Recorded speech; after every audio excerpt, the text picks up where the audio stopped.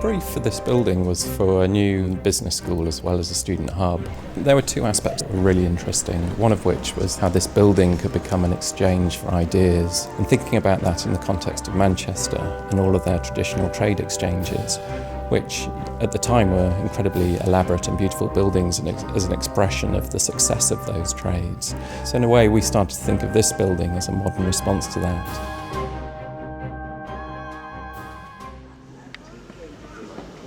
It is a big, grand building, but internally it has its spaces where knowledge can be exchanged, and thinking of that as a really core idea to how we developed every aspect of it, including landings and staircases where people can meet.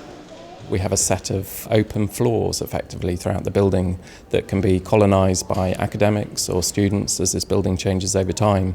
And what was really important was this idea of keeping it as transparent as possible, to be able to see where your tutor's in that day and to be able to go and knock on their door.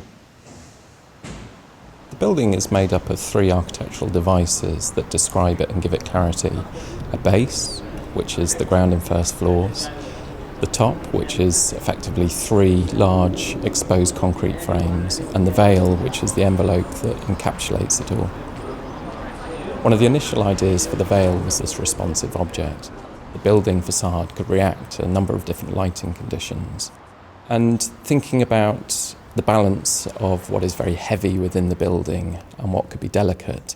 So this idea of the heavy concrete frame wrapped by this very fine, delicate glass envelope, and literally treating it as a veil draped over the top. So we see pleats down the facades, which act as solar shading, but also the finer elements of encapsulating dichroic glass within the edges of sailing fins that cast light into the building, so people have a sense and connection with the outside at every part of the day.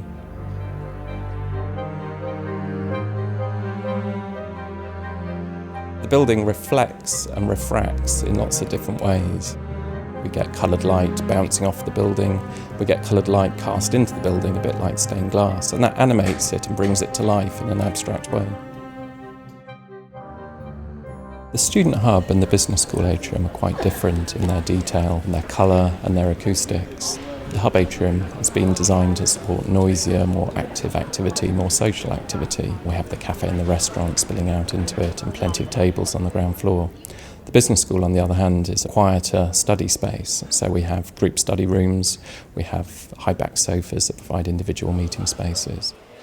So throughout the building there's different settings that we provided, some of which are heavily focused around social activities, but some around quiet work, either as individuals or as groups.